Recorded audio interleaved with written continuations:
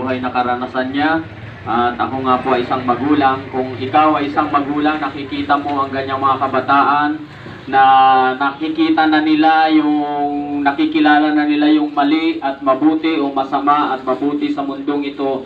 Napakaganda pong pagmasdan yan, lalo-lalo sa isang barangay na makikita mo ang mga kabataan ay nagiging aware sila sa kung ano ang pwedeng ikapapahamak nila. Mas minabuti nila na sa ganitong paraan ay sumama sa ganitong grupo. Napakaganda pong pagmasdan ng bagay na yan. Kaya kaibigan, ang napapakinggan niyo po sa oras na ito, hindi ito isang programa lamang.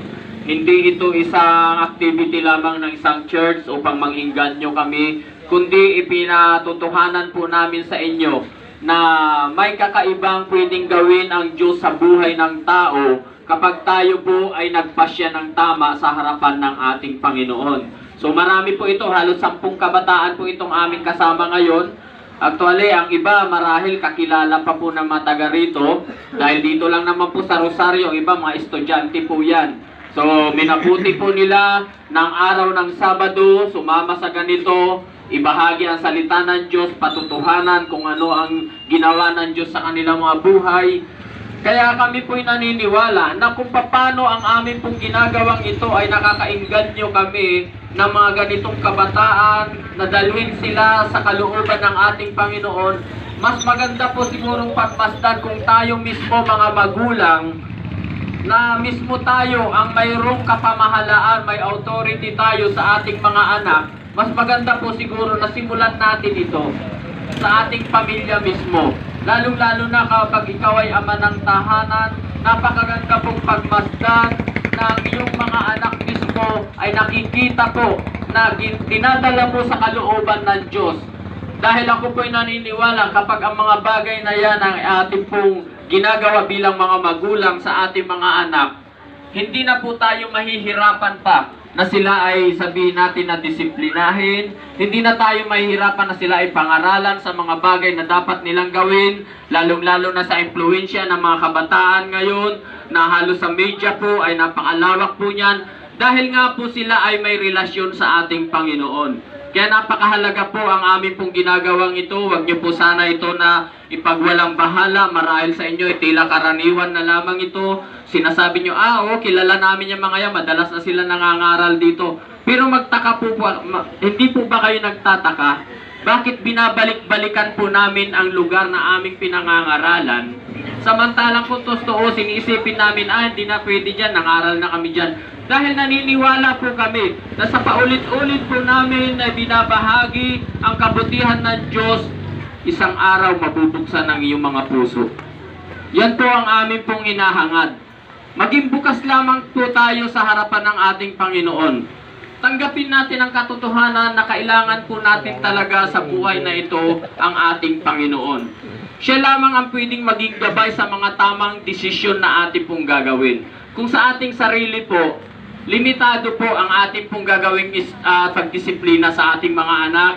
Kahit mayroon kang pinairal na disiplina sa loob ng iyong tahanan, pero mas malakas ang impluensya ng nakikita nila sa labas at ng kanilang napapakinggan, baliwala po yung ating ginagawang disiplina sa loob ng tahanan dahil mas malawak po ang impluensya ng nakikita at naririnig nila sa labas. Ngunit kung tayo mismo mga magulang na naroon na sila'y pinangungunahan natin sa kalooban ng ating Panginoon, sila po mismo, magkakaroon sila tinatawag na conviction o yung tinatawag na nakukonsensya sila na gumawa ng mali dahil nakikita nila bilang tayong mga magulang ay naglilingkod sa ating Panginoon. Kahit sabihin nila na hindi ako nakikita ng aking mga magulang, pero ang Diyos nakikita niya, nalalaman niya kung ano ang aking ginagawa. Doon pa lamang po makikita mo na ang isang kabataan na kontrol na siya ng salita ng ating Panginoon. So kaya kailangan po natin maunawaan, kami po ay patuloy po nagpapaunawa sa bagay na ito. Bakit hindi po natin samantalahin ang mga ganitong pagkakataon ng salita ng ating Panginoon ay nahahayag mismo sa ating lugar?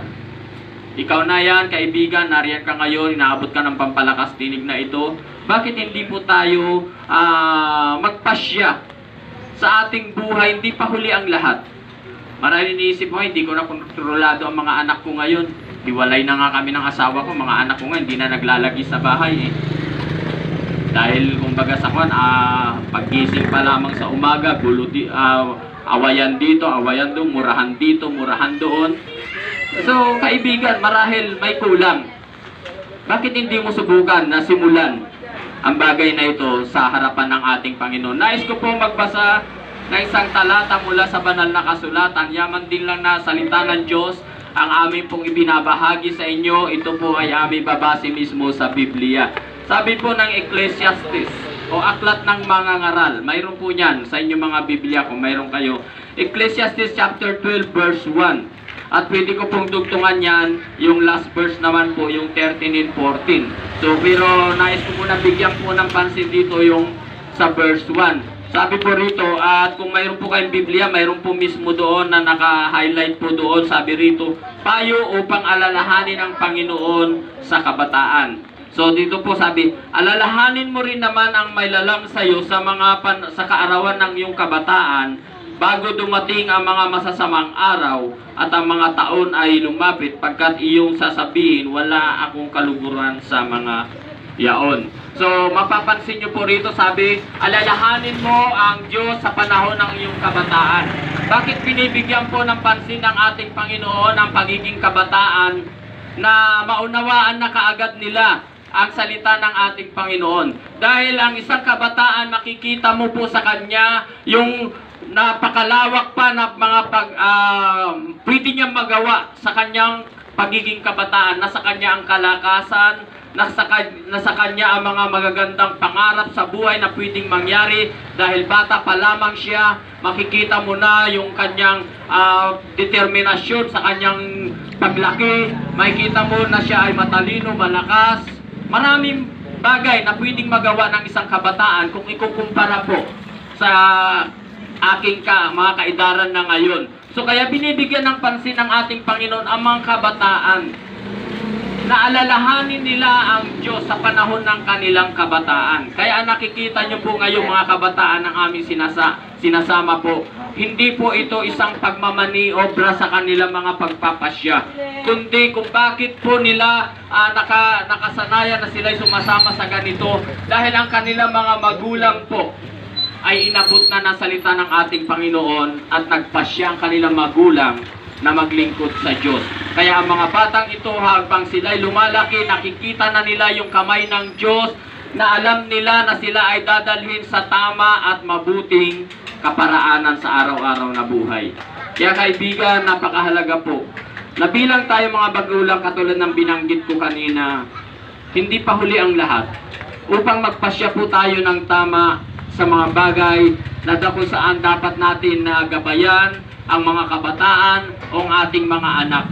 Makakatulong po ang mga ganitong programa na kung saan ibinabahagi namin sa inyo ang katotohanan ng salita ng ating Panginoon. Base po sa Biblia ang aking pong binasa. At ang sabi po ng verse 13 and 14, ito ang wakas ng bagay, lahat ay narinig, ikaw ay matakot sa Diyos at sundin mo ang kaniyang mga utos sapagkat ito ang buong katungkulan ng tao. Sapagkat dadalhin ng Diyos ang bawat gawa sa kahatulan, pati ng mga bawat kubling bagay, maging ito'y mabuti o maging ito'y masama.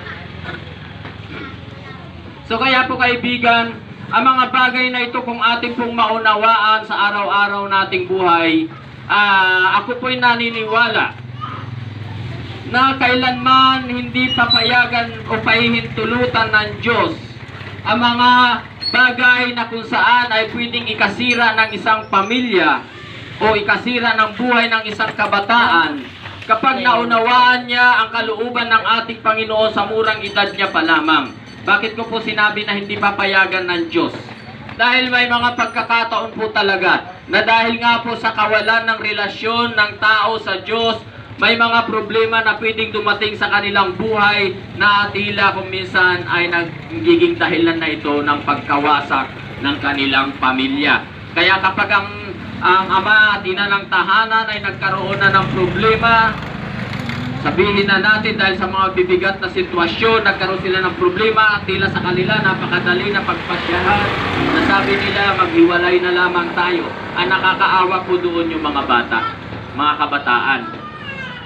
Kaya kaibigan, kung ang bagay na ito, maunawaan natin na ang pinaka dapat nating gawin upang ma-prevent natin o huwag mangyari ang pagkawasak ng isang pamilya o ng isang relasyon sa isang tahanan, ay magkaroon po tayo ng tunay na relasyon sa Diyos. Kapag tayo bilang mga magulang ay may tunay na relasyon sa ating Panginoon, may takot sa Diyos, ang bawat mga bagay na ating pagpapasyahan ay matututunan po natin na ikonsulta muna natin ito sa Diyos sa pamamagitan ng panalangin. Halimbawa, may hindi pagkakaunawa mag-asawa, bago kayo magpasya ng isang bagay na ikapapahamak ng buong pamilya nyo, dahil may relasyon kayo sa Diyos, ang unang papasok sa inyo, kayo ay mananalangin sa ating Panginoon, hihingi kayo ng tulong sa Diyos, hihingi kayo ng karunungan sa Diyos, kung ang inyong gagawing pagpapasya, ito ba ay makabubuti sa inyong pamilya. Mangyayari ang bagay na yan kapag tayo po ay may direktang ugnayan o relasyon sa ating Panginoon.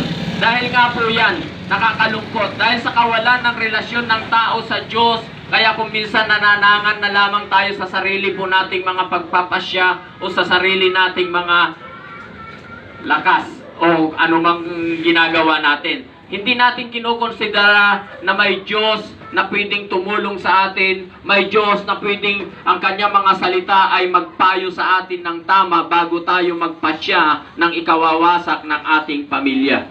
Kaya kaibigan, ano ang amin pong layunin sa bagay na ito na ipinahayag ang salita ng ating Panginoon? Ibig din naman po namin na kayo ay magkaroon din po ng tunay na relasyon sa ating Panginoon. Hindi po usapin dito kung ano man ang ating pong mga paniniwala o anong kinabibilangan nating relihiyon. Okay po yan, mabuti po yan. Ngunit ang ating po ngayong pinag-uusapan ay magkaroon tayo ng tunay na relasyon sa Diyos. Iba po kasi yung sinasabi mo na ikaw ay isang relihiyoso kisa yung may relasyon ka sa Diyos. Marami po kasi na ganyan sinasabi, ako mayroon ako paniniwala, ako may relihiyon na ako kaya hindi na ako pwede dyan. Kaibigan, kumusta naman po? Ang sinasabi natin mga paniniwala, sinasabi natin mga relihiyon, ano ang nagiging epekto nito sa ating mga buhay? Hindi na po ako magbabanggit, personal nyo na lamang po yan. Kung ang sinasabi po natin mga paniniwala ay dadalhin tayo sa mabuti at sa tamang pagpapasya sa buhay, pwede po magpatuloy tayo. Ngunit kung nakikita mo naman na naisasalin mo na sa iyong lahi ang tila walang epekto ng pagiging relihiyoso natin, kaibigan, panahon na siguro na bakit di natin subukan na magkaroon tayo ng tunay na relasyon sa Diyos. Yun po ang kailangan.